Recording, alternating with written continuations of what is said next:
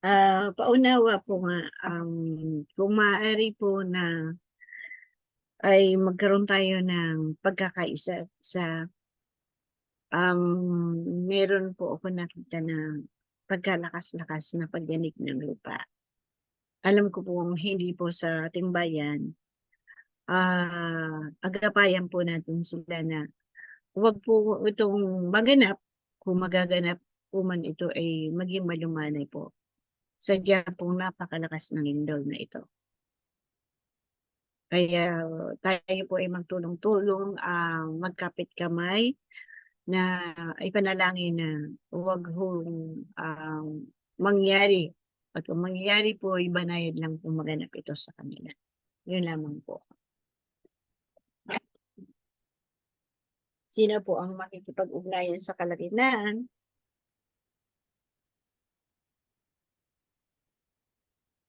Gandang umaga po, magtatanong lang po. Turan niyo po. Kailan po ba makakalaya ang mga tao sa bayan ng North Korea at paano po ito malalaman ng mga ibang bansa o ng ibang tao? Kasi kaawa-awa naman po yung mga tao.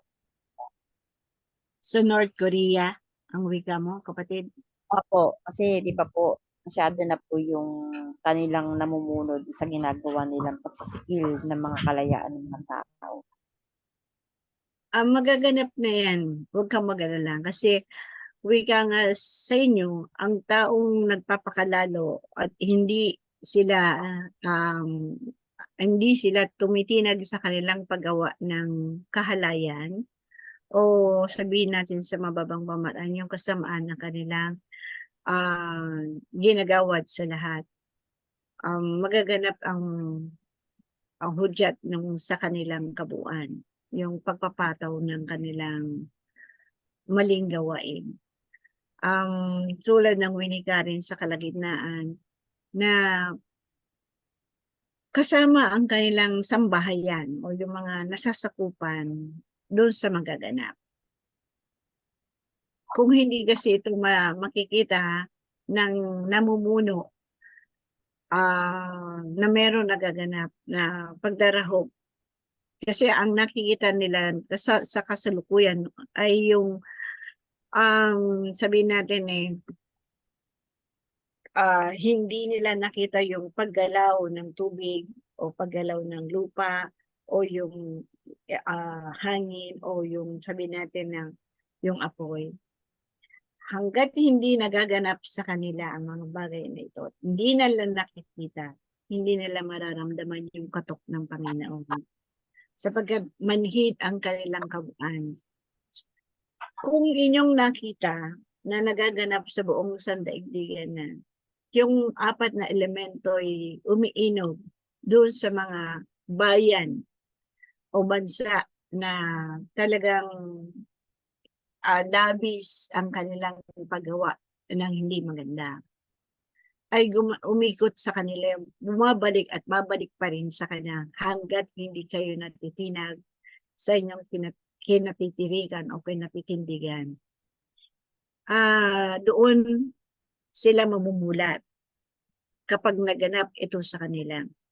Kung ang inaakala nyo naganap doon, halimbawa po sa isang bayan, nakalapit na nagkakamkam ng mga bayan o yung mga bansa na gusto niyang kamkapin, ay naganap yan sa kanila. At patuloy na nagaganap. Ilang beses silang binalikan ng kalikasan.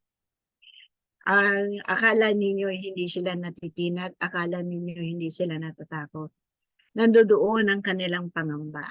Ang unang-una, nakikita nila ang Panginoon sa buong paligid, yung konsensya. Paglingat nila sa kaliwa, nakikita nila yung naganap doon sa kanilang bayan. Paglingat sa kanan, ganun din. Pagharap nila, ganun din sa likod, ay nararamdaman nila yun. Kung hindi nyo man nakikita ang kanilang galaw o gawi, naroon ang pagkatakot nila sapagkat alam nila kailan po kaya uli magaganap. Magigising pa kaya ako? Guguho pa ba itong aking uupuan? Lahat ng pangamba ay naroon. hanggat hindi nagtitika ang isang bayan o isang namumuno, hindi matitinag o hindi sila hahayaan na magkaroon ng mawalan ng pagsisisi. Kailangan magkaroon sila ng pagsisisi. Kaya patuloy na pagkatok sa kanila yung paulit-ulit na nagaganap, pag-iinom ng tubig. Makikita nyo sa lahat ng bansa na dinaanan yan. Mga mararangya o tinitingil ang makapangyarihang bansa ay dumadaan sa pagising na. Kinakatok na yan lahat. Sapagkat kung ano ang ginawa nilang mali sa kanilang bayan, yung sinasabi nyo nga yung pang-aapi sa kapwa-tao, dadaan yan sa kanila. Huwag nyo nang tingnan sapagkat ito'y nagaganap na.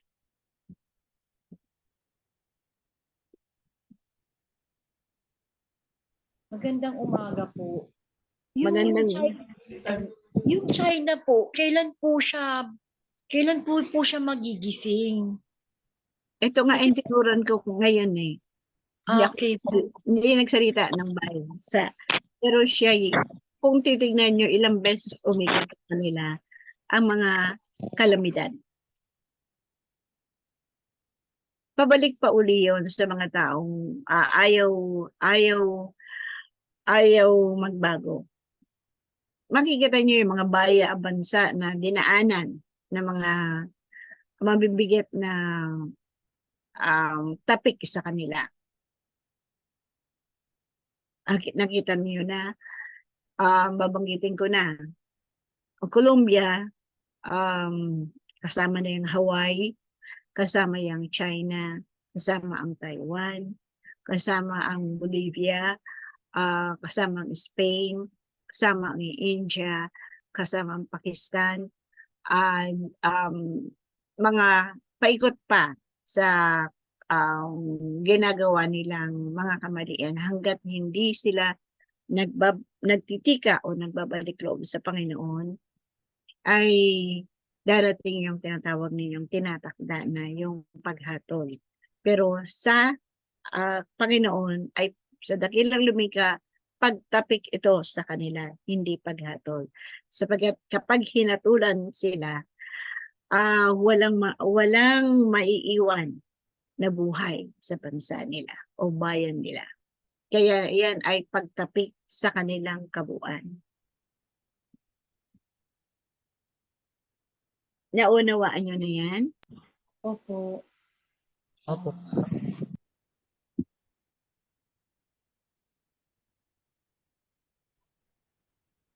O sino pang makikipagtalastasan sa kalagitnaan?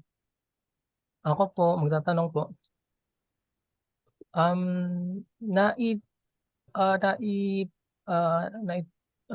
Naiwiki na po or naituro na po sa amin na may 7 arkangheles na nasa bawat isang kabuuan. Pero mayroon po akong napakinggan na ang arkangheles ay 12 po. 12 din po. At hindi lang po 7. 7 lang sila. 12 apostoles ang naging kapiling ng poong may kapal. Bugtungan. So hindi po 12 na arkangheles. Kasi may nagwiwi ka na parang gagaya ng ganito po na may talastasan din, nagbibigay pangaral ng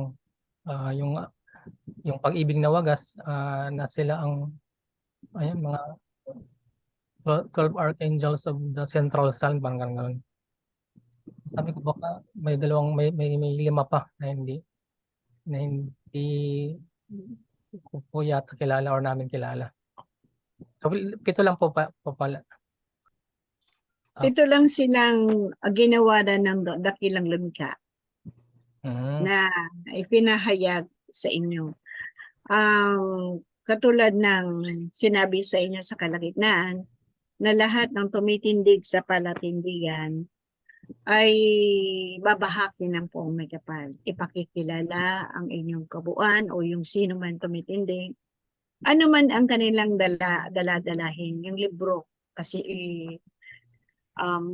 kung yung nakikita na ay lahat ng titindig, maging pastor man siya, pare o ministro man siya, o maging kayo o ako nang ginagamit sa kalagitnaan, ipakikita ang kaurian ng bawat isang kabuuan upang ipakilala kung sino siya sa inyo para hindi makapagligaw ang isang tumitindig sa palatindigan ng kanyang inaakay patungo sa lalandasin o babagtasin ng isang langkay o isang kanyang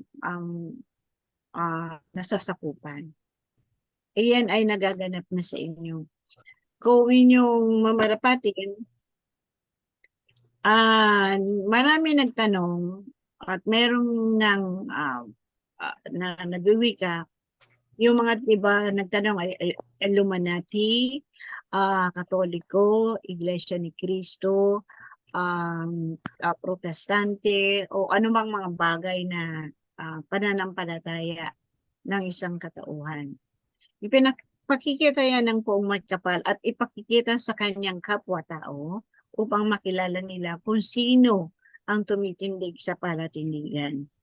Kung ang kanilang nasasakupan ay ayaw pa rin maniwala dahil sinamba na nila o inadore na nila yung namumuno sa kanila, pakikita rin yung katauhan ng bagay niyan sapagkat hindi hahayaan ng Buong Magkapal na ang kanyang mga nilalang ay maligaw ng landas, kundi ang ibig ng dakilang lumikay makasama kayo sa kanyang kaharian. Lahat ng kanyang nilalang ay makasama sa kanyang kaharian. Kaya patuloy ang pag-akay at patuloy ang pagtapik ng Buong Magkapal sa lahat ng kanyang nilalang upang makapagbalik loob sa kanyang kapurian at dakilain ng Poong Magkapal.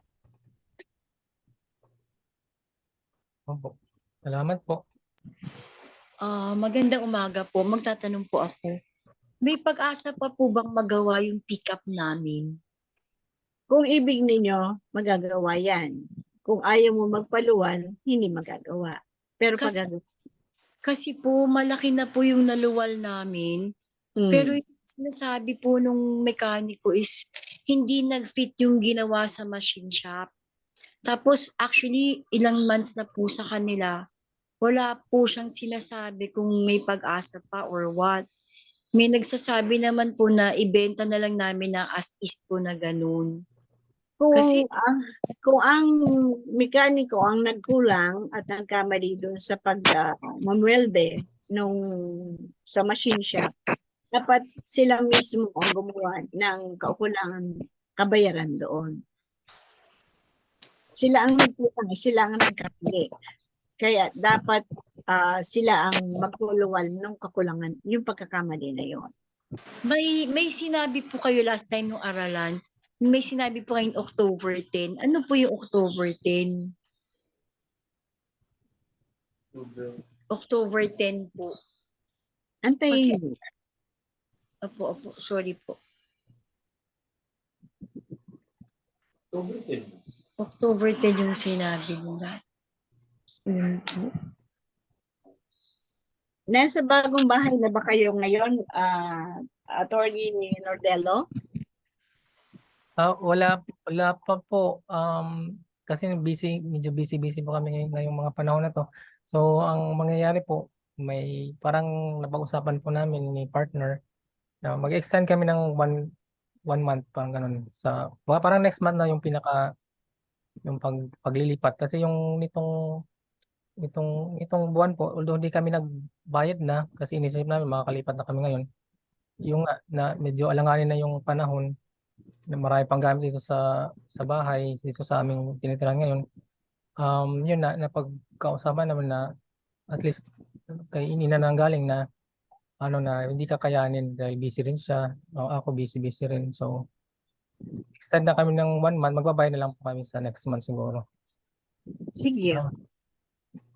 Opo. Salamat po. Salamat po. Sino pa po ang makikipag-ugnayan sa kalagitnaan?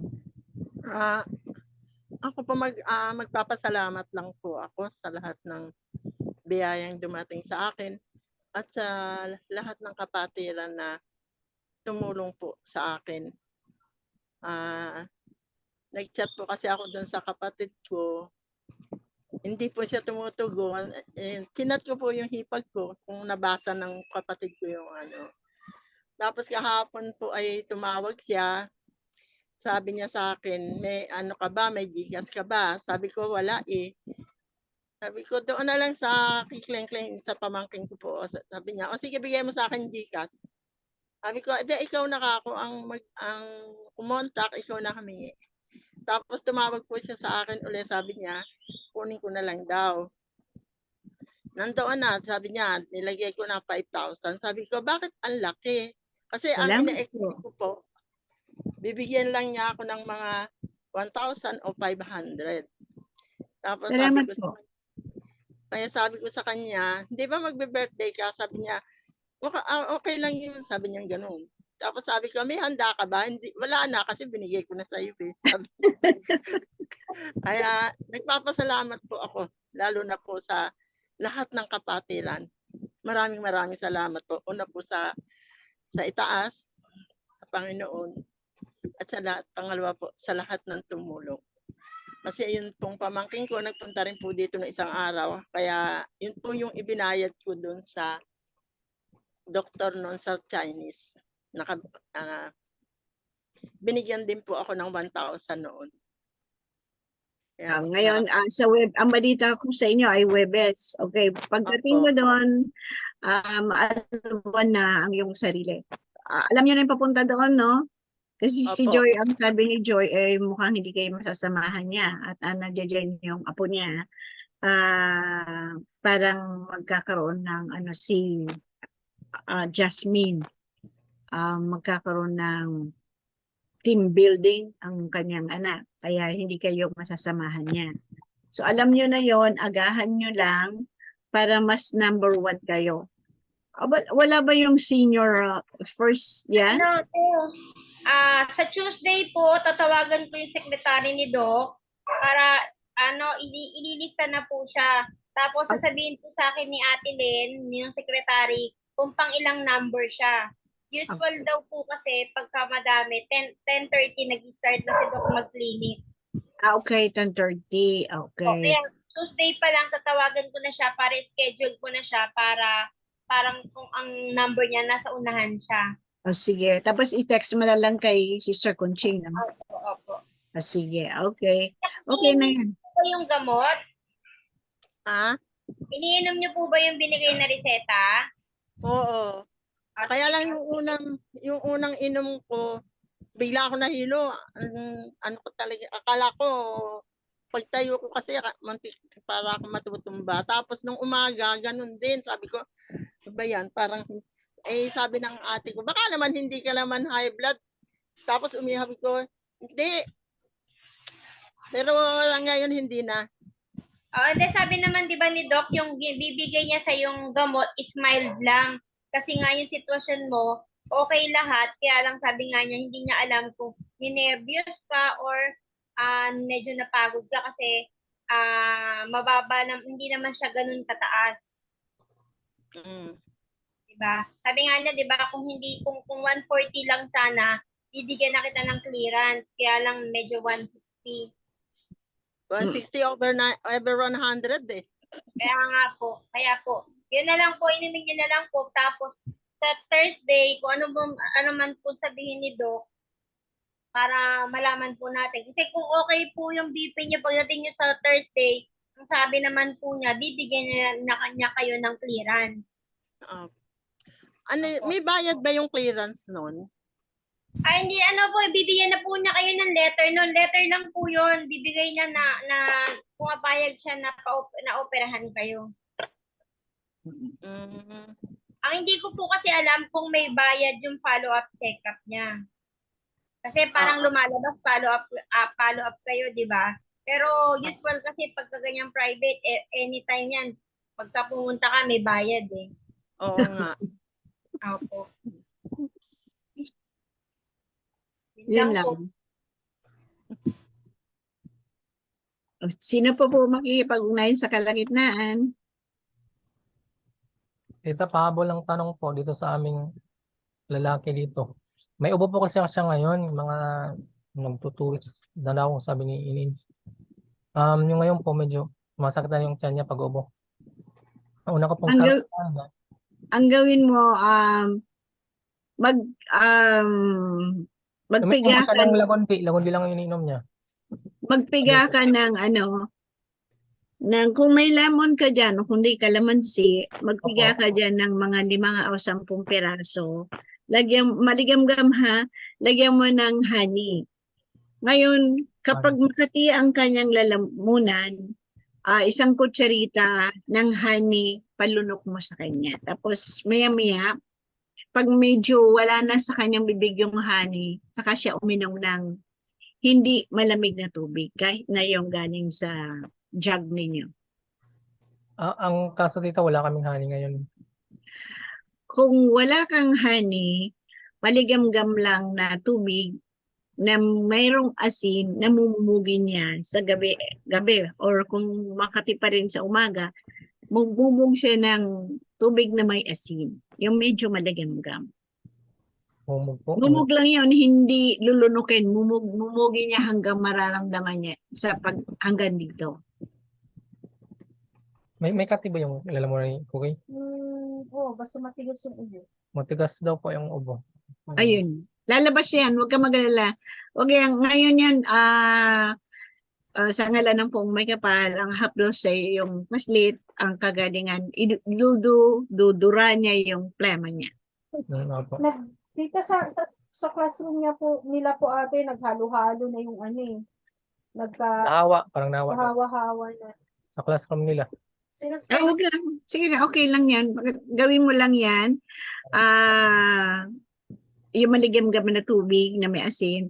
Kung meron nga kayong kalamansi nga, sabi ko, kahit na kalahating aso, Lemon ba yun? Walang kalamansi, yung yellow. Lemon ba ang tawag yan? lemon. O, kung meron kang lemon, lagyan mo ng kalahating kutsarita lang. Kalahati lang yung kutsaritang asukal. Kanawin mo yun. Para yung merong medyo parang may maasim-asim, maligam-gam lang na tubig. Ngayon, pag nagawa niya yan twice a day, gawin mong for 3 days para ilabas niya yung plema. Pero magmumubog din siya ng tubig na may asin na maligam-gam. Kapag Isang tulog. kutsaritang asin, kanawin mo maigi, mumumugi niya yan hanggang lumabas, hanggang dito sa mararamdaman mo na para kang makakalunok, ibubugan niya. 2 beses ang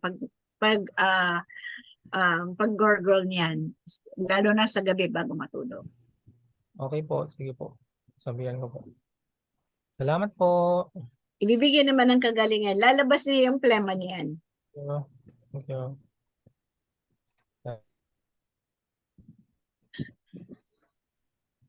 Sa next Saturday, na hari nawa, matuloy na tayo ng face-to-face. Miss ko na kayo. I love you, I love you, I love you. Kung wala nang po makikipag-ugnayan sa kalagitnaan. Last question po. Ano pong magandang inumin sa triglyceride? Kung gusto mong maging maayos yan, pwede ba po bang half teaspoon lang ng tubig, half teaspoon ng tubig, half teaspoon ng honey, o 1 teaspoon na lang ng honey, ikanaw mo sa kalahating basong tubig. Once a day lang yan. For 3 days din. Once a day po for 3 days. For 3 days. Bali, kakanawin ko yung 1 tablespoon po na honey sa kalahating basong tubig. Okay po. Salamat po. Ay, hello po. Exams po ng mga anak ko this coming week. Patnubayan niyo po sila. Huwag kayong mag-alala. Matataas naman ang marka niyan.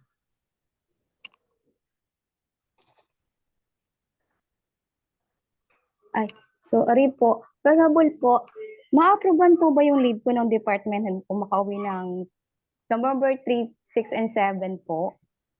Kasi Okay. medyo aprobahan po ba nila? Oo, huwag Kasi ka magalala. medyo matagal po kasi yung hinihiling ko eh. Okay, nag-advance ka na. Nagpaalam na po kasi sa supervisor ko, pero yung sa department head wala pa po. Hindi ka pa nag-ano sa department ninyo? Ay, hindi po, siya po yung magsasabi nun, yung Okay, supervisor okay. ko. Okay, huwag ka maglala. Sige po, salamat po.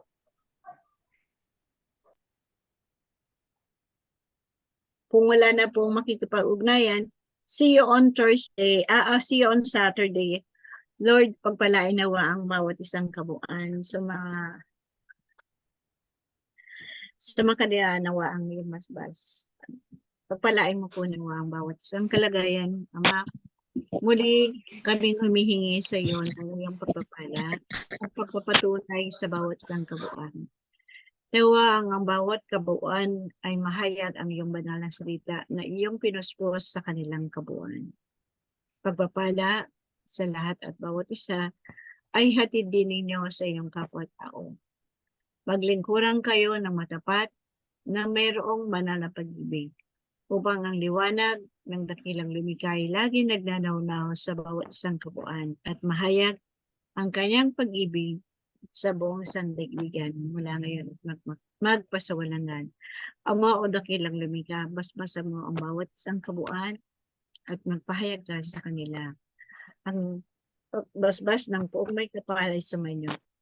Ang basbas ng dakilang lumikha, ng dakilang anak, at ng banal na Espiritu Santo sumainyo ang kalakasan, kagalingan sa bawat kabuuan, karunungan walang hanggan mula sa kalangitan ay mahayag sa inyo at mahayag ninyo sa inyong kapwa-tao. Ang kalakasan, kagalingan, kasaganahan, kapayapaan sa lahat at bawat isa inyo.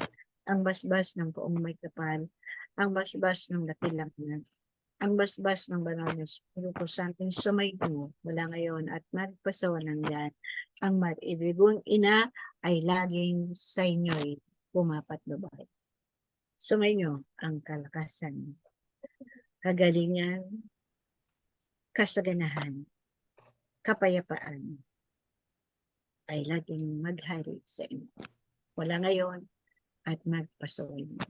Magandang umaga sa lahat. Ako'y sa inyo'y namamaalam. Ako ang iyong kapatid sa Espiritu, Tutuhanan, bumabati ng kasaganahan. Magandang umaga. Banal na puso ni Jesus, namamaalam. Magandang umaga sa lahat. Salamat po. Salamat po, magandang umaga. Thank you po. Yeah, thank you. Ingat po, God bless. Thank you, Lord J, and kids. Sister Conching, Joy and kids, Lydia and family, Mabanta family, Kuya Tony, Love, Joe, love you all, miss you. I hope Love you. Bye-bye. Saturday, love you. God bless us. Amen. Bye-bye po sa lahat. Thank you. Magandang umaga. Bye-bye. Magandang umaga.